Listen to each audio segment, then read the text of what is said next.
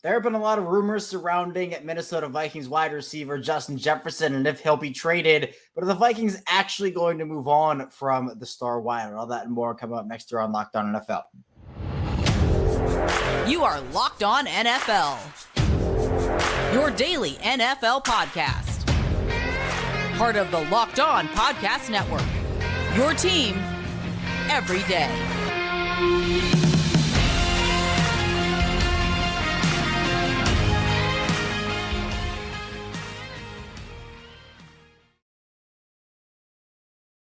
Welcome into another edition of the Locked On NFL podcast. We're your daily NFL podcast, and I'm your host, Kevin Ostreicher, one of the many NFL experts here on our network and the host of Locked On Ravens. We're free and available for you on all podcasting platforms and includes over in video form on YouTube and audio form wherever you get your shows here on the Locked On Podcast Network, your team every day. We are 5 days a week for you, bringing you NFL content every single weekday. And thank you so much for making Locked On NFL your first listen each and every day. Today's episode is brought to you by FanDuel. Make every moment more right now. New customers get $150 in bonus bets with any $5 bet. It's $150 if your bet wins. Visit FanDuel.com/locked-on to get started. The NFL Combine is come and gone. A lot of prospects making a name for themselves, whether it be raising their draft stock or not so much in terms of some other guys as well. We're going to be talking about the biggest stories from across the league over the past week, though. Starting off with the Minnesota Vikings. Luke Braun of Locked On Vikings will join us to talk about Justin Jefferson. A lot of rumors swirling around Jefferson, so we're going into just what the process is with the Vikings right now. Then we'll move on and talk about the champs and the runner-up. So first we'll talk with the runner-ups and the 49ers, their defensive coordinator shuffle, and then we'll get into the Chiefs and talk about their potential new look offense, plus how it could look on the defensive side of the ball, the couple of stars getting franchise tagged or looking for a long-term extension. We'll talk with Brian Peacock of Locked On 49ers in the second part of the show, and then Brian Tracy of Locked On Chiefs in the last part. So without any further ado, let's first get into our conversation with Luke Braun of Locked On Vikings.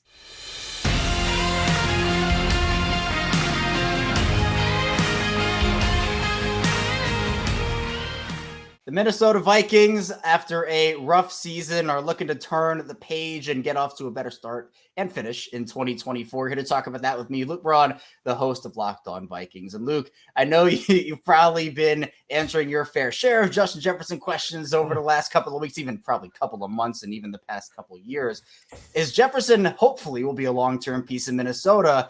But there have been those rumors swirling, as it does with some star players, about a potential trade. Is Jefferson's long-term home in Minnesota? Seems like every one of those has been shut down. But what's kind of your timeline on a Justin Jefferson extension? And is there any substance to any of these rumors we've heard? Timeline is tough because it's kind of when they get to it, but they've got more pressing things. They've got like deadlines coming up like next week on voiding contracts and stuff. So here's the gig. Basically, last year, at some point in the offseason, they tried to get an extension done with Justin Jefferson. They tried to do it, I believe, in the summer before the season, which is actually pretty unusual for non-quarterbacks to do that after their third year. But hey, it's Jefferson, right? We're going to be special about this. They got very, very close. That was reported at the time in local Minnesota media. Kwesi actually confirmed it on the podium at the Combine just now, said we got really, really close to a contract. And then the season started and all parties said, let's pick this up after we don't have games to worry about. That was it. But of course, when you say, we got close to a contract, but then a contract won't be signed and you get a Schefter tweet that says the Vikings won't sign a contract right now, people read that as the Vikings won't sign a contract ever. And then if you want to get a good title on your article and you don't want to work very hard, you can probably, take that and juice it up a little bit and make it seem like he's going to get traded to the Bengals or whatever. But as much as everyone has pried and prodded and tried in local Minnesota media, people have tried like crazy to find the issue, find the crease in the armor. And nobody has found anything. Essentially, I think the idea is that Jefferson knows what is coming his way. I think he knows the contract he's about to get because I think they agreed on enough of the parameters to it where he knows that thing's going to be huge. So when he says, I'm going to break the bank at the Super Bowl, the Vikings already know, and they've probably already agreed to it. And it's just little details about guarantee structure and stuff, and they were really close to coming down to. So the timeline has a lot more to do with other stuff that the Vikings have to do. They've got to figure out what's going on with Kirk Cousins. They got to figure out what they're doing with Danielle Hunter. Then they'll probably focus their attention on signing free agent contracts, and then the draft will be right around the corner. After that, things can chill out a little bit. Then you start negotiating with the agents of your current players and extending them. And this is when a lot of 2020 first rounders are going to get their extensions. Guys like CeeDee Lamb and whoever else that have played very well with the teams that drafted them will get their extensions around that same time as well. Like that's the normal time to do it. So my guess is with everybody else, and they're pretty close already. I think once they pick that up, it won't be too much work to get a deal done. Right. I think also with these big contracts, I think some people don't necessarily fully grasp that it's a very long process and there are a lot of details. It's not just, okay, this is a 5-year, $100 million contract. Those are the numbers. There are a lot of meticulous details within those. And maybe, they did get close and then, there was one or two details that they couldn't quite get ironed out there. But you mentioned Kirk Cousins, Luke, also Danielle Hunter. What are the latest on those two guys and the other big decisions Minnesota has to make over the coming weeks and months? Yeah, so with Hunter, it's radio silence. And the reporting has been now for the last couple months, and everything is sort of tracked with this, so I believe it, is that Kirk Cousins happens first. Whatever happens with him happens first, and everything else is a domino off of that.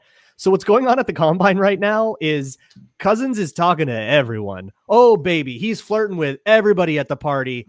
And I mean, he's not physically there. It's his agent. Right. And, they're having all kinds of conversations that technically they're not supposed to have. And Kevin O'Connell even went on NFL Network and was like, they're not really supposed to do that. But, it's very go and God bless with Cousins. Hey, go talk to someone. Here's what we have for you. This is what we'll give you, right? We're not going to negotiate it. We're not going to go up where if you say no to this, you're a free agent and good luck. And at the Combine, go see if you can beat that. And we're going to find out if he can beat that. Those are the conversations going on day to day right now.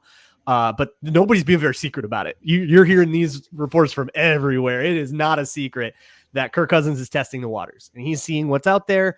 Who's going to guarantee more time than the Vikings will. Maybe not even necessarily more money, but more time. Cousins wants security and he wants to know where he's going to be for a while. He doesn't want the uncertainty of being in a contract year, not knowing if he's going to get traded in 2 days. He doesn't want any of that. Commit to me, be in my corner and let's shake hands and actually commit to each other and do this. That's what he cares about. And I think the Vikings have given him sort of a half-baked version of that. And he's out there seeing if he can beat it. And for Kirk, I know that, again, there's possibility he does go back to Minnesota, but what if it's not that? What if Kirk goes elsewhere, Luke? The Combine's over. We've seen these quarterbacks test. We've talked about it before, but with where we are now, right at the beginning of March, where would you go? And what's your feeling of where Minnesota would go? Would it be maybe a veteran quarterback who they bring in for a year to bridge a gap? Would they try to draft a quarterback in the draft? I know it's all very, we're not there yet, but what's your early indication? So they'd probably regardless bring somebody in that can just be the fail-safe that you wouldn't be very excited about, but at least you can, have a straight face on Sundays, like Sam Darnold or something like that, right? You're not winning a Super Bowl, but it's not Jaron Hall. Then we're going crazy in a trade up for the draft. This is the other really poorly kept secret. Kwesi is going to be aggressive. He was crazy aggressive last year, and this year he's going to be crazy aggressive, but he's starting 10 spots higher in the draft, which is turning out, from what I've heard, to not have that big of an impact on the actual capital it's going to cost, but that's just the structure of the board. It was reported that at the Senior Bowl, they approached New England and said, hey, what about pick 3? How are you feeling? So we're kind of monitoring that. We're monitoring with the Chargers or Cardinals to maybe go up and grab that. Really hard to get up to 1 or 2. Pretty hard to get up to 3. But if you're getting QB4, you kind of just have to leapfrog Atlanta. And hey, that might be where Kirk is. And then they wouldn't be in the QB market at all. You got to deal with what the Raiders or the Broncos are trying to do, or somebody else trying to, come up from the 20s and be weird. So there's teams you got to bid against.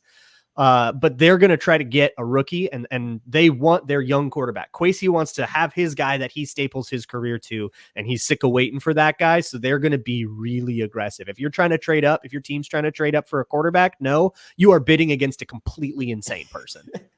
And it's a big decision, and that war chest is open for Tracy 100%. Yeah. Oh, they'll put all of it in. They have a lot of money coming into this year, and they've got a ton of money in 2025. They have every contract is short term, so I bet they're going to be pretty active in free agency, and they'll spread that money around to get starters at a lot of the positions where they have holes, so that they can go into the draft and say, yeah, this whole thing's for a quarterback.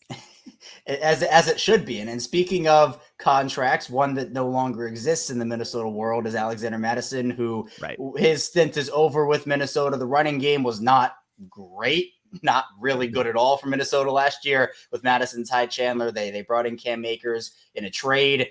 Madison didn't work out. There was a lot of hope that maybe he could be the guy, but it was not meant to be. How do you expect Minnesota to revamp the running back room, and why did they make the decision to move on from Madison so quickly here? Yeah, so if you look at the way the contract is structured, the way we understand it now, there was less guaranteed than was reported at the time he signed it. It was a very easy cut. Madison got benched twice in the season. He functionally was in the middle of losing his job to Cam Akers when Akers got hurt, and then Ty Chandler was the starting running back by the end of the season. The Vikings had very clearly fallen out of love with Alexander Mattison, so he gets to go to free agency and see if he can't find a fresh start somewhere else. But yeah, the Vikings have now a gaping hole at the running back position because Ty Chandler wasn't that great either. Cam Akers coming off a second Achilles injury as an exclusive rights free agent, so they got to bring him back, and I don't think they're going to put the world on his shoulders. I have a feeling that running back is a position that the Vikings go out and grab somebody, and they might even be a player for one of the bigger names out there. We'll see how the Vikings decide to go about things, whether it be with Jefferson or Kirk Cousins or the running back position. A lot of decisions there in Minnesota. And for more on Loot, check them out over the Locked On Vikings podcast and right here on Locked On NFL, part of Locked On Podcast Network, your team every day. Coming up to the second part of the show, we'll talk with Brian Peacock of Locked On 49ers about the 49ers defensive coordinator shuffle. So be sure to stay tuned. We'll have to get to on Locked On NFL. First, this show is brought to you by FanDuel. Get buckets with your first bet on FanDuel, America's #1 sportsbook, because right now new customers get $150 in bonus bets with any $5 bet. It's $150 if your bet wins. Basketball's in full swing. Obviously, no football anymore, which is very sad and very unfortunate. Baseball coming up right behind basketball. You can bet on all your favorite NBA players and teams with quick bets, live same-game parlays, exclusive props, and so much more. So for me, being a Denver Nuggets fan, I'm big on Nikola Jokic, Jamal Murray. You can bet those guys with props, and maybe you want to bet overs on their points. It all works out for you over on FanDuel if you do that. At least I think they're pretty good bets over there. Just visit FanDuel.com/lockedon and shoot your shot. FanDuel, official sportsbook partner of the NBA. We're back with our second segment of Locked On NFL. Kevin Allshecker still talking with you here on this Monday. We just talked with Luke Braun of Locked On Vikings about Justin Jefferson. Now let's get into the NFC champs, runner-ups of the NFL, the San Francisco 49ers. They fire Steve Wilks and go in-house with its offensive coordinator opening. We'll talk with Brian Peacock about all that now.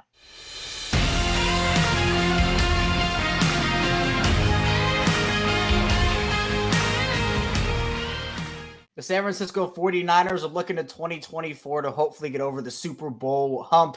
Here to talk about that and a lot more with me is Brian Peacock, one of the hosts of Locked On 49ers. And Brian, there was expected to be change within the San Francisco organization. Now, the defensive coordinator position was one that maybe some people saw coming, but a lot of other people have thrown Steve Wilks this word has been associated with him as the scapegoat, him being the scapegoat for the 49ers failure in the Super Bowl to get over that Kansas City Chiefs hump. Were you shocked at all that Wilks ended up getting canned? And is it fair that people are using the word scapegoat for the situation? If they're saying scapegoat because of the Super Bowl, no, because I think he was going to be fired. Maybe if you win the Super Bowl, you have great feelings and you say, okay, let's go back in the lab and figure this out. But clearly there was a disconnect all along with Steve Wilks as the defensive coordinator. And it started mid-season. The 49ers were on a 3-game skid, and particularly 1-0 blitz call that Kyle Shanahan publicly called out. And then they made Steve Wilks go from calling plays on the booth to doing it on the sideline, because that's what Fred Warner and the 49ers defenders were more used to with Robert Saleh and DeMeco Ryans before Steve Wilks. And it just felt like something was weird there. They kind of got it figured out, but there was too many dudes on that defense to be as bad as they were against the run. I think that's a big part of it. I liked some of the work he did with some of the defensive backs. Charvarius Ward had a really good year. Deommodore Lenoir really came into his own. He got rookie Jair Brown ready to play after the injury to Talanoa Hufanga. So, and he's a DB's coach. But I think clearly there was a disconnect, and it's the Super Bowl wasn't the reason why, even though clearly it was caught on camera. Kyle Shanahan was not happy about one of the play calls and was using foul language and had to burn a timeout to undo that play call. And there was a disconnect there, and I think this was a long time coming. I think you could see it coming. We weren't shocked when it happened. And to be honest with you, I think Steve Wilkes probably was. I mean, the paycheck he wanted to keep the paycheck, I'm sure, but he probably knew it wasn't a good fit and was maybe happy he's not the defensive coordinator because he probably knew it was a bad fit as well. Yeah, and I think one of the big parts of it is Kyle Shanahan wanted to keep the scheme that they've cultivated over the last 7 years in-house. So Steve Wilkes had to come in and run somebody else's scheme. And I don't like that. And it's the same reason why I wasn't too sure about Brandon Staley coming in and being the defensive coordinator for the 49ers. So I actually love, and I'm sure that was going to be your next question. So sorry if I'm jumping all over your question here, but I love Brandon Staley coming into the organization, but not as the play caller. Yeah, some guys are just better as coordinators or just assistant coaches in general, and you get the best of both worlds with Staley, as he talked about him not being the play caller, but you get an experienced mind like that. Then you mentioned Nick Sorensen coming in too. I wonder if Staley will be in Shanahan's ear. It looks like assistant head coach is going to be one of his titles on these fourth, because Kyle Shanahan's pretty conservative. And I wonder if Brandon Staley's be like, go for it. All these fourth down opportunities. That would be a fun dynamic. Yeah, that'll be one to watch. I'm actually interested to see how that works out. But I know with Sorensen, Brian mentioned coming in as their pass game specialist to be the defensive coordinator. Was he your first choice? Is when you kind of initially put up candidates to replace Wilkes? Was Sorensen a guy you had circled, or is it more of a surprise that he got the job over maybe another one of the candidates you liked? No, not really. I mean, my first choice is, Bill Belichick. And apparently they did make that call. I don't know. You're not going to, and I didn't expect they would be able to, but I was like, yeah, maybe you could talk him into being a part-time consultant or something, just bounce ideas off him at least. And, he doesn't have to be in the building every day or anything like that. When there's someone that's that good of a defensive mind out there, if you could wrangle him into some sort of a role, that would have been really cool. Steve Spagnuolo was actually courted by the 49ers. They wanted to try to hire him because he was a free agent at the end of the season. He re-upped with the Kansas City Chiefs. As you can imagine there, they did interview Dave Merritt, the DB's coach for the Chiefs, who's done a phenomenal job over there. But with Nick Sorensen, it's just, you don't know. And with all these coordinators and coaches that don't have play calling experience, it's just, you have no idea how they're going to do in that role. So Nick Sorensen, I like that they believe in him. And I know he's well thought of in the building, but I really have no idea what to expect and say whether it's a good hire or not as we sit here in March. Right. You're not going to know, especially because of the play calling factor as well. But Brian, on the offensive side of the ball, you have Brandon Ayuk, who expressed frustration at the end of season press conferences and locker clean out about, if it's the right situation for him, we'll be back in San Francisco, but didn't sound too sure. And over the past couple of weeks, he's kind of flip-flopped from being a guy who's going to get traded to there's going to be an extension worked out. So now I feel like we're back in the, could he be traded category. Ayuk is playing on the 5th-year option right now. It's about $14 million. What is your early inclination of what the outcome of this Ayuk situation will be? Well, one thing is I think you do have to have sort of a moratorium, like a little pass for 48 hours after losing the Super Bowl on what someone says. And there was a couple offensive linemen that were arguing on Twitter as well and throwing each other on the bus and apologize to each other. And it's a tough time for guys. And to be honest with you, it'd be nice if guys just stayed off social media for a week. It's probably the best way to do it. And I know there's 49ers fans that listen to my podcast every day at Locked On 49ers, and they still haven't listened to an episode since the Super Bowl. It's hard for some folks. Sometimes they need some time. And I think that was part of it with the Brandon Ayuk thing immediately following. But clearly there's obviously some salary cap issues the 49ers have to figure out. They're already paying Deebo Samuel a lot of money, so they have to figure that out. There's two things. One, what I think the 49ers should try to do, and what their plan is to keep Brandon Ayuk and Deebo Samuel together one more year, which would mean an extension for Brandon Ayuk this offseason. Then next offseason, 2025, they trade away Deebo Samuel at that point, and then they're not both collecting big paychecks at the same time. And it's the way to get them both together the longest, rather than sending off Brandon Ayuk right now. Brandon Ayuk's a couple years younger. You would rather probably have Ayuk in 2026, 2027 than Deebo Samuel. So I think that would be the plan, the smartest plan for the 49ers. And I do know that this is the playbook especially for wide receivers for some reason. Agents for wide receivers, they're going to ask for a trade. and it's gonna be a rocky road here during the spring. It's not gonna be easy. They're not just gonna go sign next week. They're gonna wait a while. They're gonna hope to see what Justin Jefferson gets, and that'll up their money. They're gonna hope to see what CeeDee Lamb gets, and who's part of that same, those guys are part of that same first round draft class as Brandon Ayuk, and he's not going to get what those guys make probably from anybody, but they probably have to play the whole game, and they're going to request a trade. But you kind of see through it at this point, because I've seen it so many times. We saw it with Deebo Samuel, and and then Kyle Shanahan and Deebo are best friends the next day after they sign. It was like, come on, what was all that? But sometimes they do get traded, and we've seen that with AJ Brown and Hollywood and some other players like that. So we'll see. It's going to be a roller coaster, I think, with Brandon Ayuk. But if it all lays out like I think, they're gonna do a deal with him, and there might be big changes to come next offseason, but they want to run it back with as much talent as they can to try to go win that Super Bowl next year. Brian's great. And for more on Brian, check him out over the Locked On 49ers podcast, part of the Locked On Podcast Network, your team every day. We'll be rounding out the show with Ryan Tracy of Locked On Chiefs and looking at how different the Chiefs might look in 2024 despite being back-to-back champs. Stay tuned, plenty to talk about on Locked On NFL. First, this show is sponsored by BetterHelp. How is your social battery right now? Is it drained? Is it bursting with energy? There are a lot of different ways and reasons why your social battery might not be as charged as you want it to be. Maybe you're less social during the winter. I know for me, I'm a much happier and brighter person when it's warmer out. I'm just a warm weather person in general. It can be easy to ignore our social battery and spread ourselves thin, especially with social gatherings picking up after the winter. What's the right amount of socializing for you? And how do you recharge? Maybe you thrive around people, maybe you need some more alone time. They're even give you self-awareness to build a social life that doesn't drain your battery. The RPS will be different benefits, whether it's learning positive coping skills, how to set boundaries, and become the best version of yourself. It is just for those who experience major trauma either. It's for everyone. If you're thinking of starting therapy, give BetterHelp a try. It's entirely online, designed to be convenient, flexible, and suited to your schedule. All you have to do is load a review questionnaire to get matched with a licensed therapist and switch therapists anytime for no additional charge. Find your social sweet spot with BetterHelp. Visit BetterHelp.com/LockedOn today to get 10% off your first month. That's BetterHelp, HELP.com/LockedOn. We are back, our final segment of Locked On NFL. Kevin Oestreicher still talking with you here. I want to thank everybody again for tuning in today, making Locked On NFL your first listen each and every day. You can subscribe to this channel on YouTube, or if listening in audio form, subscribe and follow along over there as well. We're 5 days a week of NFL content, and you're not missing out whether you want to watch in video form or listen in audio form. Let's talk about the champs. Ryan Tracy of Locked On Chiefs will join us to talk about how different the Chiefs will look in 2024. Let's get into that conversation now.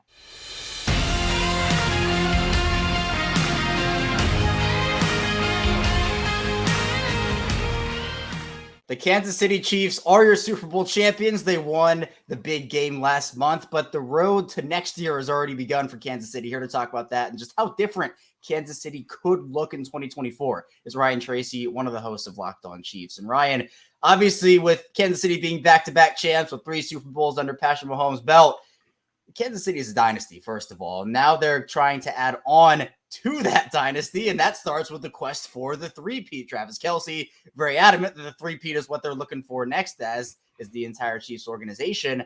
But it could look a little different next year. The Chiefs have a couple of big-name free agents and big-name positions to try to rework. Let's start off with the franchise tag man of the hour, L'Jarius Sneed, who there is going to be the franchise tag there, but there is potential for a deal to be worked out. There are some rumblings that maybe a trade could happen if no deal works out. What's the latest on L'Jarius Sneed? Because he's a very important piece of that defense.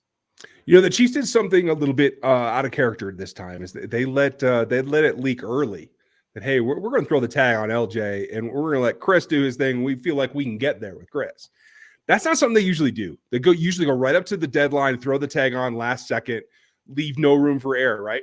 So I do feel that this is about the exploration of what the market is, not only for L'Jarius in free agency, say a contract, but what the trade market is as well. And I think that that's the Chiefs letting the agent do his job or their job and go find what could be out there and what the compensation might look like so that everybody involved has more information. The reason Chris Jones dragged out last year is because the two sides had their heads buried and they weren't actually communicating, and there wasn't enough context around the rest of the league, and that is not the case this year with L'Jarius Sneed.